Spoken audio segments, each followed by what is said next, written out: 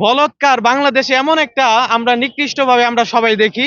এর আগে যত বলৎকার হয়েছে এর বিরুদ্ধে আমরা লড়েছি এবং এর বিরুদ্ধে আমরা সবাই কথা বলেছি। কিন্তু আমাদের মাওলানা রইসুদ্দিন ভাই তিনাকে হত্যা করেছে, এর নির্মম শাস্তি আমরা দাবি করি। আমরা একমাত্র এই কারণে আজকে উপস্থিত হয়েছি। আজ আমরা গভীর ও দুঃখ ও ক্ষোভ নিয়ে এই প্রেস কনফারেন্সের আয়োজন করেছি। গাজীপুরে আহলে সুন্নাতুল জামাতের নিবেদিত কর্মী, সম্মানিত আলেম, দ্বীনি মৌলানা রইসুদ্দিন সাহেবের উপর নৃশংস বর্বরিত হামলা এবং পুলিশি হেফাজতে রেখে বিনা চিকিৎসায় তার মর্মান্তিক মৃত্যু আমাদের সকলের হৃদয়ে তীব্র বেদনার সৃষ্টি করেছে। এর তীব্র নিন্দা ও প্রতিবাদ জানাচ্ছি আপনাদের মাধ্যমে।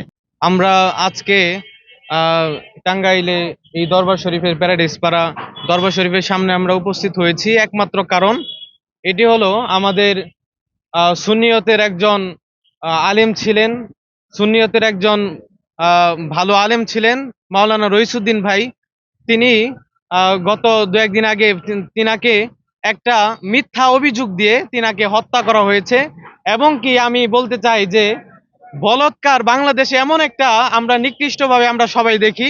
এর আগে যত বলৎকার হয়েছে এর বিরুদ্ধে আমরা লড়েছি এবং এর বিরুদ্ধে আমরা সবাই কথা বলেছি। কিন্তু আমরা সারা বাংলাদেশের মধ্যে আজ পর্যন্ত বলৎকারের পক্ষে কেউ কোনো সমাবেশ বা কোনো কথা বলেনি। আমাদের মাওলানা রইসুদ্দিন ভাই তিনাকে হত্যা করেছে, এর নির্মম শাস্তি আমরা দাবি করি। আমরা একমাত্র এই কারণে আজকে উপস্থিত হয়েছি। আহলে সুন্নাত ওয়াল জামাতের সারা দেশের ওলি আল্লাহ পীর মাশায়েখের একটা দপ্তর থেকে এবং তরিকতের বাইরেও যারা আছে তারা সুন্নিয়তের অনুসারী, তাদের প্রোগ্রাম ছিল ২৬ তারিখ। সেই ঐতিহাসিক প্রোগ্রামে যাওয়ার অপরাধে নৃশংসভাবে আমার ভাই হযরত মাওলানা শহীদ রইসুদ্দিন সাহেবকে নৃশংসভাবে হত্যা করেছে।